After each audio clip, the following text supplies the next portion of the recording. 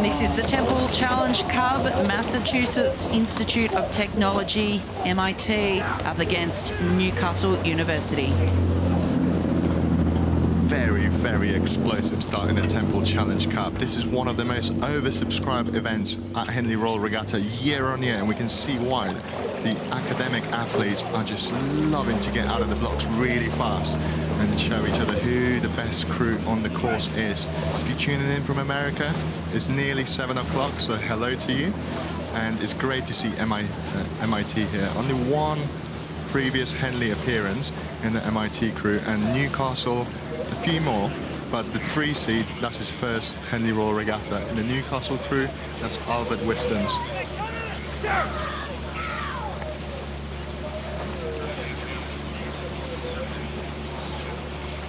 Yeah, as you say, the MIT crew, only one Henley appearance, James Cabot in the 7th seat.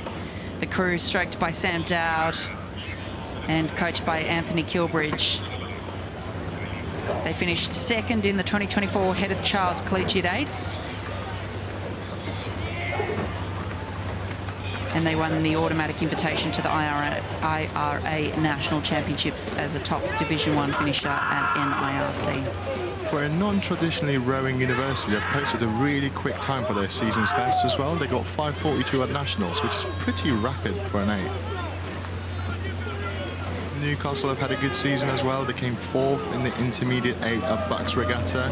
Obviously, this is the 20 years that their coach, Angelo Savarino, has been coaching at Newcastle, and his style really is showing through here. They're known for their sprint finish. They're known for their Italian way of rowing, and look at them go, just edging out ahead with each stroke over Massachusetts Institute of Technology.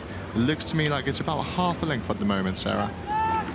It'll be interesting to see how this race unfolds, because they're just staying here locked together. Does MIT have another gear, or are we going to see Newcastle start to move out?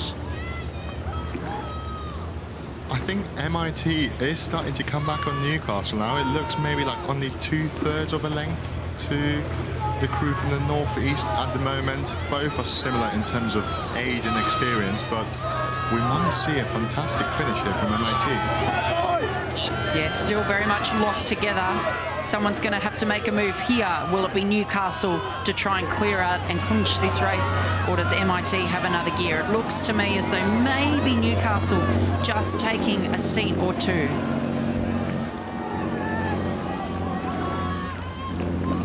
Newcastle have just moved up into their 3-tier finish here. You can see they've increased their rate of striking. They're doing over 40 strokes a minute.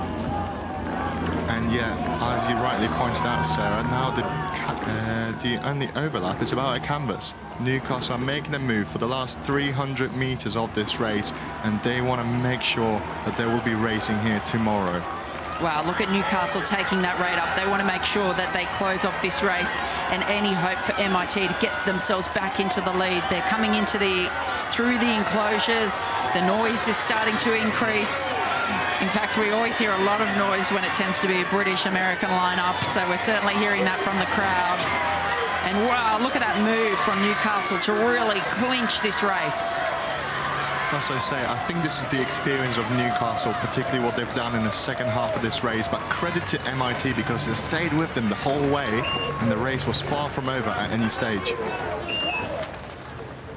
Wow, an incredible contest all the way down the course. In the Temple Challenge Cup, the Student Open 8, it was Newcastle University over MIT USA.